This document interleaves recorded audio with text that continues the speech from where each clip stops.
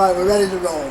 Righty-ho, what are you going to roll about? I'm with Annette, and I've sort of realised all of a sudden that I'm old. And in a sense, that's your specialist subject. Not because you're exceptionally old, but you used to be a social worker for the elderly or the old people, is that what it was? We were technically social worker for adults, which was anybody over 18 to start with, but I managed to get it changed to 21. But I must admit, most of our work was with older people, many of whom were in need of care. Now we're both in this category. We've just had our vaccinations, so we're not only old, we're vulnerable old as well. I mean, do you accept that sort of definition? I mean, you have to, because the bureaucracy demands it, but is it what you feel about yourself? I use it as an excuse sometimes when things go wrong, but on the whole I try to do as many things as I used to do, and as being as adventurous and not do things simply because I'm old. And it quite annoys me when people say that they can't do things because they can't without actually trying.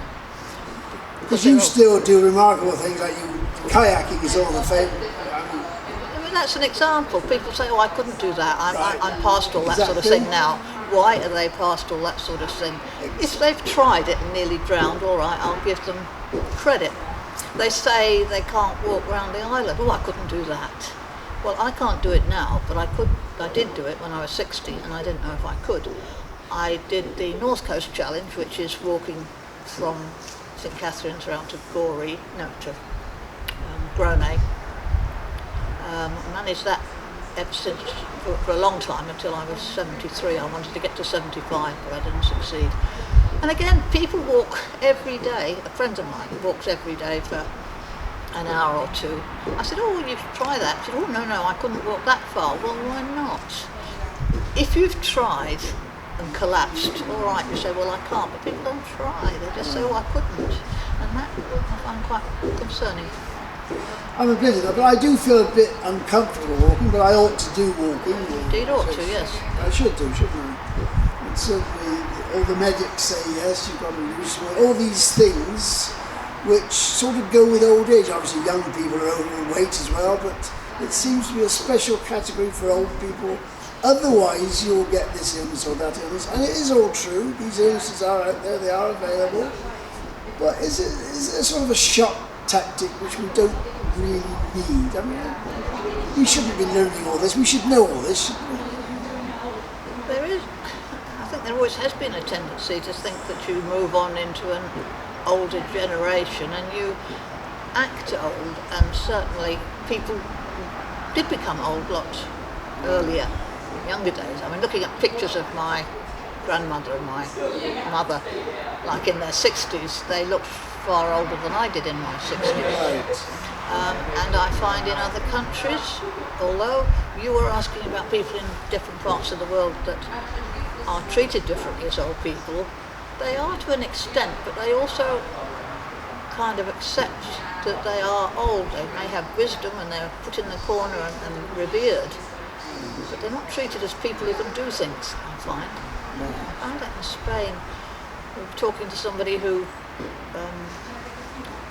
when we were travelling in our camper van, and we'd been kayaking and this, that and t'other, and we spoke to somebody there who said his parents, all they did with the same age, and all they did was go on coach trips with other old folk, and they look like old folk. But you don't have to look like old folk, it's a mindset. It is, because I was discussing that very same subject, the fact that there always used to be old ladies used to wear an old lady's hat. And I always used to wonder, where did they get them from? But of course they don't so much now, do they? Old ladies don't wear those old ladies' hats. No, and old ladies even wear trousers and things nowadays, which I must admit I didn't in my working life. I didn't think it was appropriate as a social worker to go into the homes of people who were 20 years older than me, old ladies, and that they wouldn't think it was right to be dressed like that. I mean that's changed, and everybody does now, and they even do in the old people's homes, and they don't necessarily look quite as old as they used to. They don't all have permed hair and things, but it was the way people were, wasn't it? There's I don't know if you're interested in politics, but I'm very, as you probably know, I'm interested in politics. And there's always been this conundrum about people who are old, not very fit, don't express themselves very clearly or quickly. Who represents them in government? Should they represent themselves? Is there any reason why people, when they get old or they've got a disability, is there any reason why they shouldn't be in government? So? No. Are you thinking of something equivalent to the children's? Well, I'm leaning in that sort of direction because children, in Jersey there's a children's commission, but there's no old person's commission. No, there's charities, there's definitely Minnie Hayne and Co. who do speak out loudly and often. Yes, it's sort of a that's a charitable exactly. view. It's not somebody in the government. That's but right. I don't know. Why should we? Why I should don't know. older people I'm puzzled. have a special? We're just people. Just people, yes. But they've created this category for children. They had to have a special department, some children's minister, all this paraphernalia for children. And I'm grappling with the idea, because I was all for it. The Convention on the Rights of the Child, yes. There's a Convention for the Rights of Women, but it hasn't been signed. But as I keep saying, but these specific obligations for specific categories of people, do we need that? I don't think so, really. If they were to be specific, they should be more for the people with disabilities or something rather than just by virtue of age. I mean, just by virtue of age doesn't really represent anything in the same way to an extent with children. But because age discrimination, of course, now is something you can complain about officially, because there is a discrimination law, and age is one of the categories. yes. No, I've never thought of it. I went into a restaurant one or a pub when pubs were open, and they had a special menu for OAPs. Now I was thinking, well, that's very nice of them, but strictly speaking, that amounts to discrimination, doesn't it? All those benefits.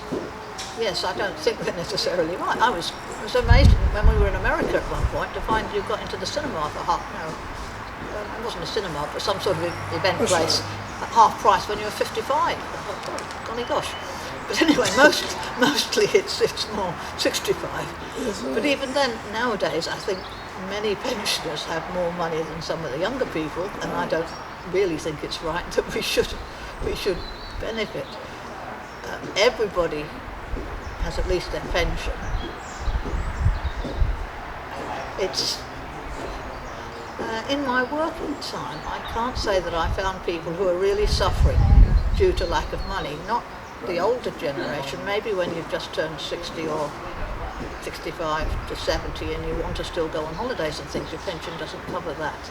But for the general living, it's sufficient, and people are not suffering. And I never found people who had to decide between food and heat, but maybe I'm wrong. If they didn't smoke. I mean, my people didn't, but if you want to smoke as well, yes, and drink, well, yes, it could be problematic, I guess. Generally speaking, I think we're fairly well catered for. You still do some voluntary work, as I understand it, assisting people, elderly people in the community, and sometimes you even find that you're assisting people who are younger than you, so it's not the age thing, is it? The gentleman I spent all yesterday afternoon trying to sort out his Sure telephone problems. I mean, he's 68, but Right. we didn't solve it. I'm just writing not exactly a complaint, but certainly a comment and asking for a refund letter for Sure, to say it's ridiculous. Do you know I had to spend time in a queue getting through to Sure in Guernsey in order to try and sort this out. My supervisor had already made 2 calls. I made 2 calls, each of which we had to wait 15 minutes, 17 minutes in a queue, and that's chargeable, so his credit all ran out. I mean, that's ridiculous. It's the still sort of didn't solve thing that we like to think there ought to be a department to deal with that, didn't there? There ought to be. Is that a government responsibility to have these things sorted? I don't know, is it? There's departments for dealing people who have a lack of money in the social security, social services as such. I mean, there's social workers for vulnerable people of all sorts, whether they have mental health problems or physical problems or they're being abused in some fashion. There's all those sort of people. They're not government exactly, but the government appoint them.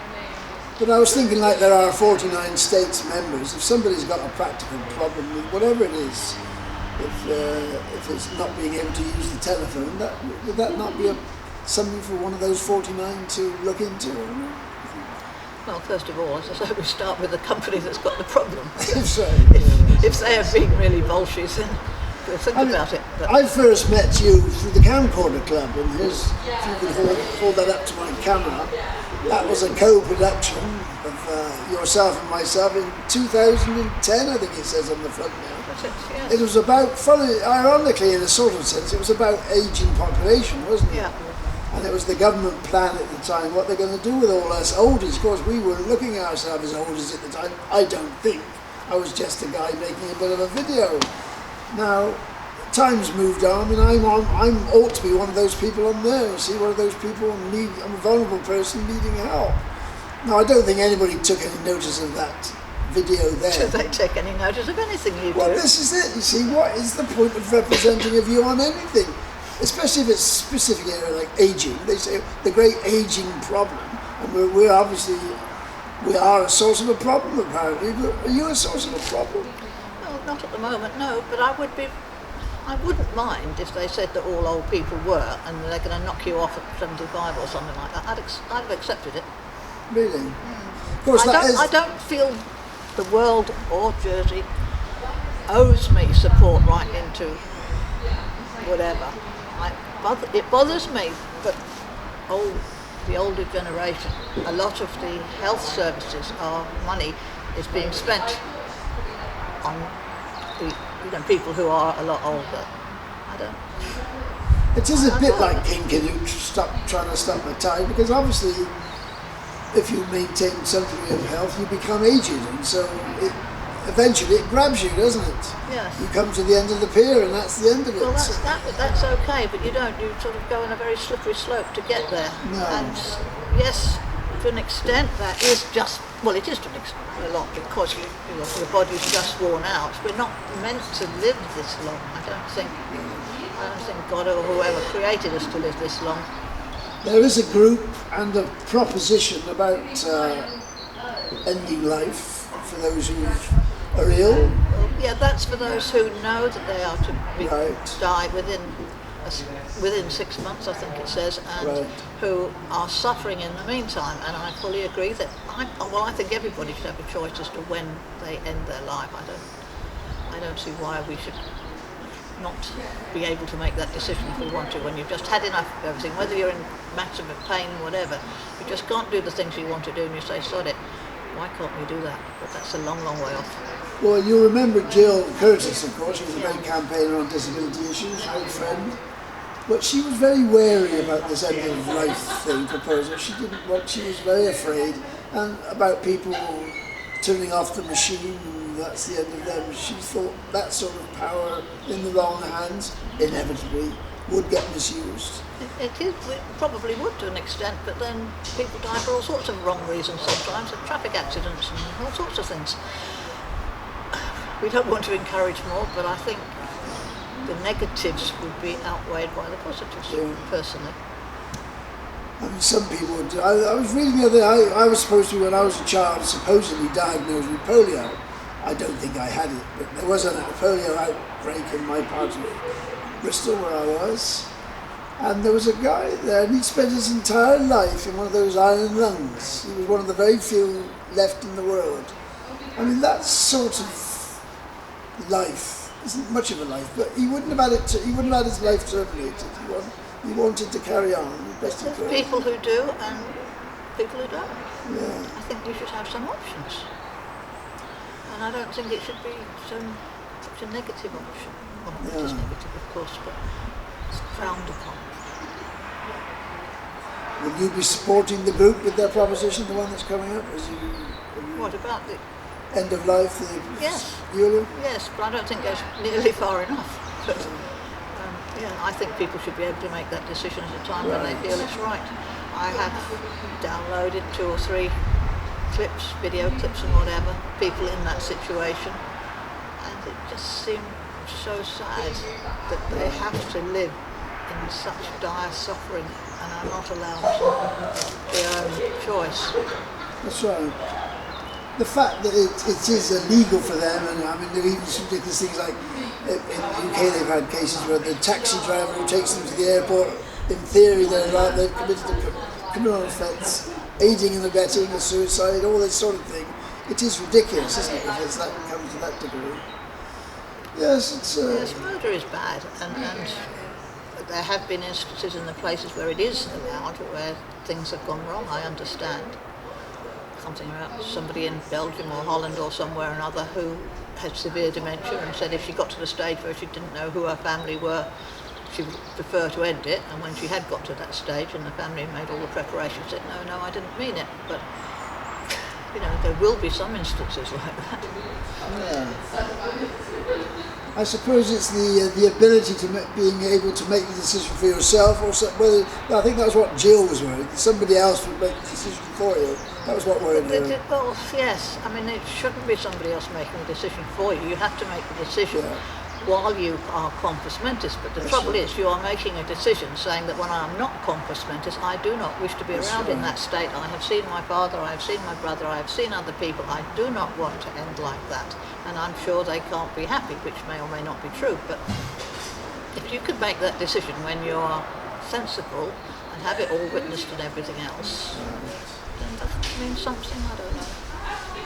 You're still, as far as I know, relatively fit. You've had a few mechanical repairs carried out again on your system, but nothing that stops you enjoying yourself? You know, I don't know how much that is just luck. How much genetics, certainly genetics must have something to do with it, but I do think lifestyle has a lot to do with health. Right. The genetics aspect may include the way you're brought up.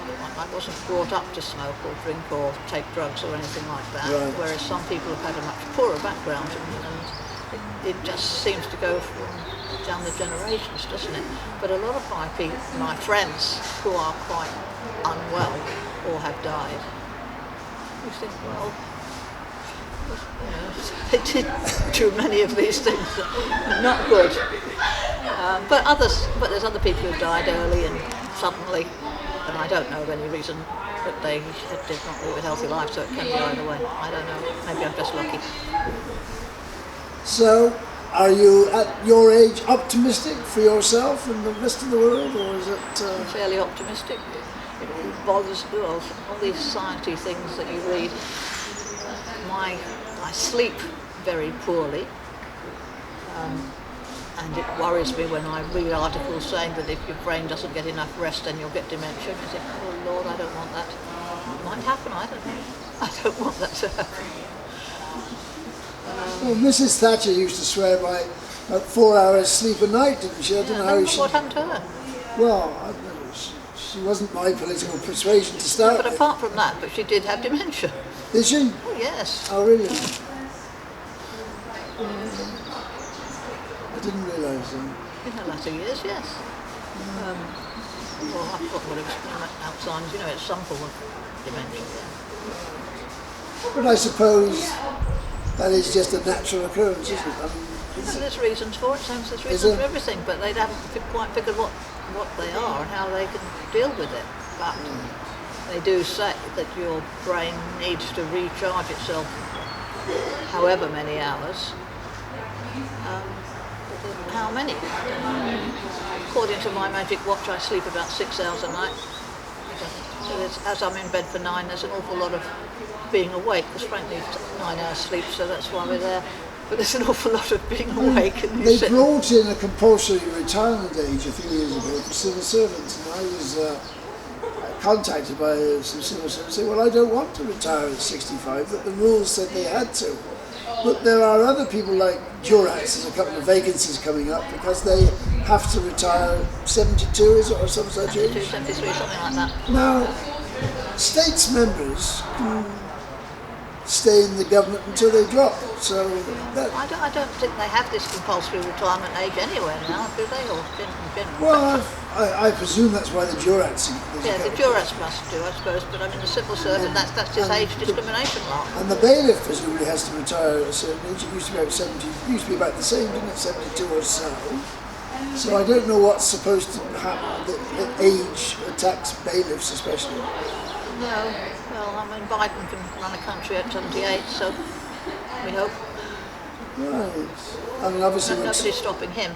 But this matter of when pensions kick in and so on is really problematic because there is such a discrepancy between the times that people do become ill.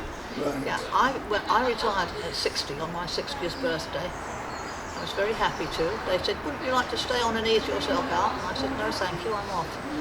And I did voluntary work instead because the pension they gave me was enough to live on, so that was fine. But it did seem to me very wrong.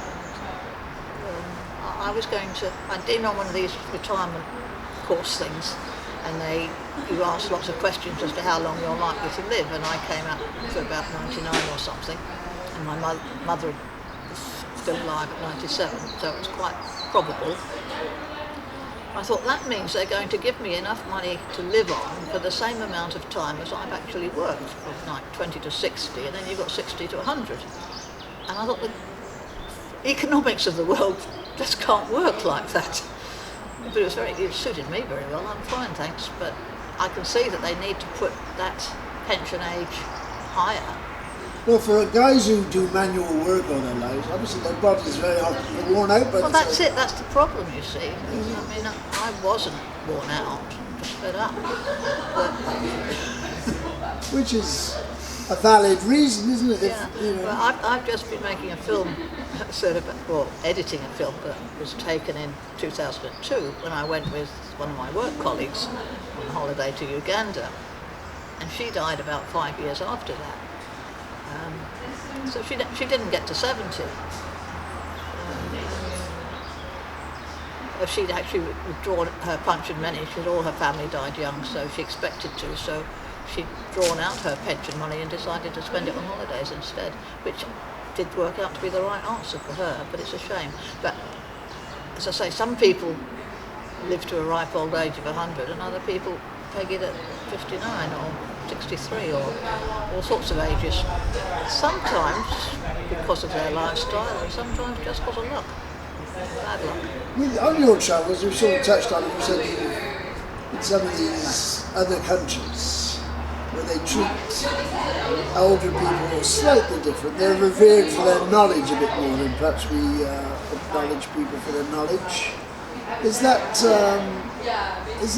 I don't say there's a better way of doing it, but if older people had more respect, if they were more respected, do you think that would be advantageous or not? Well, if we had the knowledge, wouldn't it? Because obviously, probably we are respected for what we need to be or what we deserve, as it were. I don't feel I'm respected, should be respected for any knowledge or whatever that I've got. because people get awards, there's obviously royal awards and there's Prime Minister's awards and there's now a bailiff's award for things they do which are considered community worthy in some way or other. But a lot of, if you're a civil servant of a certain stature, you get a gong. And if you're in the army and you get a gong, which seems a rather strange way of rewarding people automatically because they are what they are, rather than what they've done. Is that, I suppose, they don't have to be age-linked, do they? You can have young people getting awards for what they've done. Well, they do. There's all sorts of awards for all sorts these days, aren't they? My reward, perchance, for my working life was the fact that 2 or 3 people still remember me as having been really helpful in changing their lives, which is quite nice. But government-wise, I was rewarded with £15 for every year that I'd worked, which came to 350 quid, I think. So that was my golden handshake. Really? Was it really? Not even a party with anybody of any moment there to sort of say thanks for all you've done. But different people get different things, don't they? But if I did do useful things for some folk, that's nice to know. Well, I don't know who will award the Queen a medal when she finally goes. I mean, I presume she's had medals enough, has she, for her job? I don't know. Because she's in her 90s now, isn't she? Well past her Well, in 90s. the 90s, yeah. Poor soul. Still having to struggle on and be a figurehead. And I'm still being expected to perform, but she seems to enjoy it as far as we know, so there you are. So. well, she had. I mean, Philip has said sod it, hasn't he? So he's not in public anymore. No. Whether I mean, she could resign or abdicate. She's chosen not to. That's her choice, isn't it? Okay, I was pondering about this old age life because having the reality, as I say, the system has decided I'm old and vulnerable. And I suppose, I'm not sure if I want to fit into that role. I'm not sure. There's lots of things I'd like to do, but Stop you making actually yourself do vulnerable it. for a So, start. Stop making yourself vulnerable for a start. Get a bit of activity. is that what it is? You'll be more older and vulnerable with a lifestyle that doesn't keep you fit. Yeah. But I like politics, but it's a very much sit on your bum and do nothing but talk activity, isn't it? So, You need an alternative as well. do I? It's keeping you mentally active, and that's a good start. Is it? I think we need to be kept mentally active. How many years did you work in social work? In Jersey, when I was 37, it was 23 years. Yeah, in Jersey, but I had been an assistant social worker in the UK before that. Were you aware of changing rules, regulations during that time? Yes. Yeah. Yes. Even in that time, it was an enormous amount of time. But at first, all we were doing was putting old ladies in homes, mostly old ladies, but sometimes men, not much else. Gradually came to do an awful lot more with people with physical disabilities and illnesses, because they didn't live it the same way before. You died of these things, and then medical science meant that people didn't die from head injuries and multiple sclerosis and those sort of ongoing illnesses. So they needed help physically. So we were working on care packages and things like that, which was quite interesting in setting those up. One of my trips away was with Overseas Aid. I think that was Uganda, but it might have been anyway, wherever it was. I remember the ladies coming in, the local ladies coming and talking to me and asking about health in the Western world, because they assumed that everybody was perfectly fit all the time because we had such a good health service. And in actual fact, we were far worse off than them, because if people got ill, like a head injury or something like that, they would die. Whereas we are kept half alive, not fully well, quite frequently, are we? Were you able to, because you've seen people who've retired from work, do they deteriorate often? Is that a common phenomenon that they deteriorate? Mentally, they deteriorate? I don't know whether the people I know do. I know it is a common phenomenon. I remember my GP being quite enthusiastic about the fact that I was so active and getting him to sign forms to say I could jump out of an aeroplane or whatever. Because you had With to, the parachute, you know? and somebody keeping an eye on me as well. I only do tandem things like that. But anyway, he said some of the people that he visited, the patch beneath their feet on the sofa was actually worn out because all they did was just sit there. I did know somebody like that, yes. She inactivated herself to death, literally. Yeah. She was under 70 because she couldn't have a Kirschvalve. And when I first met her, she was having family nursing going in to give her meals every day, but she needed some, they weren't doing every day, there was a day left out, and I had to go and make sandwiches for her as a volunteer. She had emphysema, which is not nice, of course, chronic obstructive airways disease, couldn't breathe well, but it meant she didn't attempt any activity. When I first knew her, she would come into the kitchen and complain about me making the sandwiches wrong and things like that, which is fine. and she also walked upstairs to her bedroom. She then had her bed brought downstairs, but she was still going to the toilet. Then she moved her bed into her sitting room, and then she told somebody that she couldn't get to the toilet, she needed a commode, so they very foolishly brought her one. So her world came down to armchair, bed and commode. She even slept with the television and the light on because she wouldn't get up to switch either of them off. And then I went one time and the door was shut. Somebody used to open that, but anyway. So we called the police and she was on the floor, but she refused to go to hospital. The next day her carer came in and she was dead because her heart had given out. Her heart muscle had just atrophied to such an extent that it couldn't do anything. I mean, this is what happens if you stay totally inactive. Of course, we mustn't talk too long, otherwise the public will be bored to death. You can cut me off at any point. You can make it into several stories. Well, we can, but because of your experience, because the aged, vulnerable population we're told is going to grow and grow, can the system cope with it? You've been in the system. I don't see how it can. Not with lots of people needing care. When I was working, I don't know, some sort of thing I was at, I said, well, who is going to care for, perhaps it was this green paper thing, who is going to care for this elderly population? They said, all these unemployed youngsters. Well, would you want these unemployed youngsters being forced in to be your carer? It's not going to work, that. I don't know what the answer is going to be. I think knock us off at 75 or 70, whatever. Right. Well, on that cheerful note, we will conclude for now. I may come back to this once I've absorbed what you had to say. Thanks so much. A lot of rubbish.